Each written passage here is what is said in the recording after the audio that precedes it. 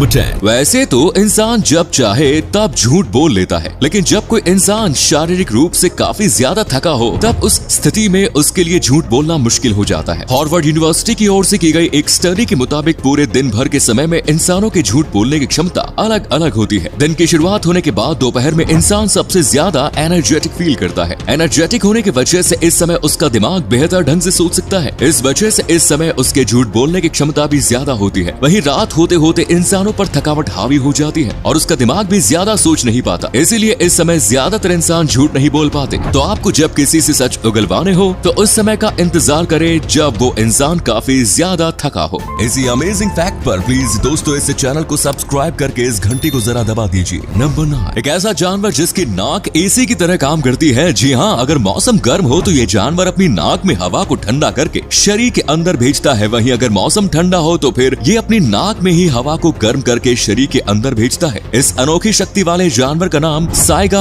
Antelope है, जो कि अपनी नाक के अजीब आकार की वजह से पहचाने जाते हैं। नाक के वजह से ये भले ही अजीब दिखते हो, लेकिन इसी नाक की वजह से इसका बॉडी टेम्परेचर मेंटेन रहता है और ये गर्म से गर्म और ठंडी से ठंडी जगह पर भी सरवाइव कर लेते हैं। नंबर 8। हम सब तो यही जानते हैं कि दुनिया के हर इंसान के फिंगरप्रिंट्स एक दूसरे से अलग होते हैं, लेकिन दोस्तों आपको जानकर हैरानी होगी कि दुनिया में कुछ लोग ऐसे होते हैं जिनके पास फिंगरप्रिंट्स होते ही नहीं। हालांकि ये केस एक्सट्रीमली रेयर है, लेकिन फिर भी कुछ लोगों का जन्म फिंगरप्रिंट्स के बिना ही होता है और जिंदगी भर उनके फिंगरप्रिंट्स डेवलप नहीं होते। दरअसल जेनेटिक म्यूटेशन के कारण ऐसा होता है। इस कंडीशन को एडरमैटोग्लाफिया कहते हैं। पूरी दुनिया में सिर्फ 4 परिवार ही इस एडरमैटोग्लाफिया बीमारी से ग्रसित है। नंबर 7। जब हमें किसी चीज को मीठा करना होता है तब हम उसमें चीनी मिला देते हैं, लेकिन अगर आप पाइनएप्पल को मीठा करना चाहते हैं तो उसमें चीनी मिलाने के बजाय नमक मिला दीजिए, क्योंकि पाइनएप्पल को चीनी से ज्यादा नमक मीठा करता है। नमक में मौजूद सोडियम पाइनएप्पल के कड़वेपन को कम कर देता है, जिससे पाइनएप्पल ऑटोमेटिकली मीठा लगने लगता है। जबकि इसमें चीनी मिलाने पर हमें सिर्फ चीनी की मिठास ही मिलती है और पाइनएप्पल की कड़वाहट यूं ही बनी रहती है। नंबर 6। क्या आप ये बात जानते हैं कि रबर का नेचर कलर व्हाइट होता है, लेकिन सवाल फिर ये उठता है कि फिर इसी रबर से तैयार किए गए टायर का कलर ब्लैक क्यों हो जाता है? वेल, ऐसा इसलिए होता है क्योंकि रबर से टायर का निर्माण करने के दौरान इसमें कार्बन ब्लैक मिलाया जाता है। कार्बन ब्लैक से टायर की ड्यूरेबिलिटी काफी ज्यादा बढ़ जाती है और इसी से इसे काला रंग भी मिल जाता है। नंबर 5। एक ऐसा रेलवे स्टेशन जहाँ का स्टेशन मास्टर कोई इंसान नहीं बल्कि एक बिल्ली है। ये रेलवे स्टेशन जापान में है जिसका नाम किशी स्टेशन है। इस रेलवे स्टेशन का स्टेशन मास्टर नितामा नाम की बिल्ली को बनाया गया है। नितामा से पहले तामा नाम की ही एक बिल्ली इस रेलवे स्टेशन की स्टेशन मास्टर थी। तामा की मृत्यु के बाद नितामा ये पोजीशन संभाल रही है। दिलचस्प बात यह है कि इस रेलवे स्टेशन की बिल्डिंग का निर्माण भी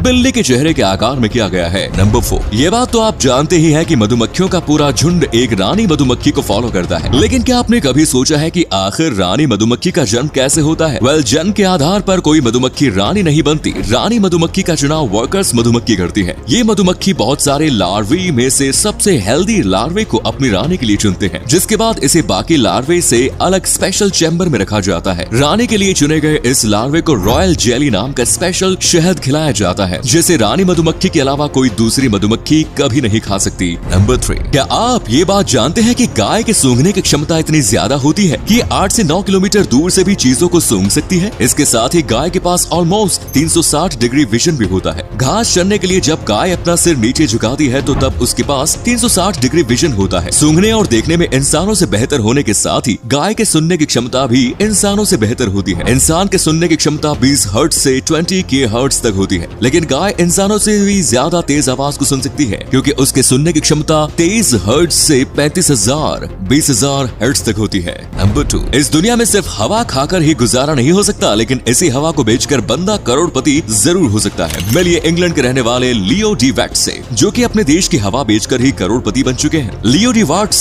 एथियर नाम से एयर फार्मिंग कंपनी खोलकर अपने देश की फ्रेश हवा को जार में बंद करके ऑनलाइन बेचते हैं, जिसे फ्रेश ऑक्सीजन की चाहत रखने वाले लोग भी खरीदते हैं। लियो डी वाट्स हवा बेचकर अब तक 46 करोड़ रुपए से ज्यादा की कमाई कर चुके हैं। नंबर 1। यूं तो इतिहास में राजा रानियों को लेकर कई तरह के किस्से कहानियां प्रचलित है, लेकिन रूस की महारानी कैथरीन द ग्रेट द्वितीय के अजीबोगरीब यौन व्यवहार को लेकर समय समय पर चौंकाने वाली कहानियां सामने आती रहती हैं। रूस में साल 1729 से 1796 तक एक छत्र राज करने वाली कैथरीन द ग्रेट द्वितीय अपने आप में सशक्त महिला थी। इतिहास में कैथरीन को राज चलाने की बेहतरीन क्षमता के साथ साथ उसके अजीबोगरीब यौन व्यक्तित्व को लेकर भी कई किस्से हैं। कहा जाता है कि कैथरीन ने अपने पति पीटर से संबंध खत्म करने के बाद अपने महल में सैकड़ों सेक्स गुलाम पाल रखे थे। हालांकि रानी की मौत को लेकर इतिहासकार अलग अलग राय रखते हैं। कुछ का कहना है कि रानी की मौत टॉयलेट सीट पर बैठे हुए हार्ट अटैक से हुई, जबकि कुछ इतिहासकार दावा करते हैं कि रानी घोड़े के साथ संभोग करने की कोशिश करते वक्त मारी गई। Catherine the great love, sex and power में भी इस बात का उल्लेख है कि रानी की मौत को लेकर रूस में घोड़े की कहानी काफी चर्चित हुई। हालांकि उस वक्त रूस के आधिकारिक महल के प्रवक्ता ने कहा था कि रानी की मौत अस्तबल में हृदयघात के चलते हुई। रानी और घोड़े की बात को बल इस बात से मिलता है कि अपने शासन के चरम दौर में शहरी वर्ग में ये अफवाह उड़ी कि रानी अप्राकृतिक यौन संबंध बनाने की आदी है और वो जानवरों के साथ भी संबंध बनाती है। रानी के 100 घोड़ों के अत्याधुनिक अस्तबल और घोड़ों की सेवा के लिए सैकड़ों सेवकों की उपस्थिति भी इस और इशारा करती है कि रानी को घोड़ों से कुछ अलग तरह का लगाव था। तो ये थे कुछ अमेजिंग फैक्ट्स। वीडियो को शेयर जरूर करें दोस्तों, ताकि आपके दोस्त और जानने वाले भी जान सके कि आप कितने नॉलेजेबल वीडियोस देखते हैं। धन्यवाद।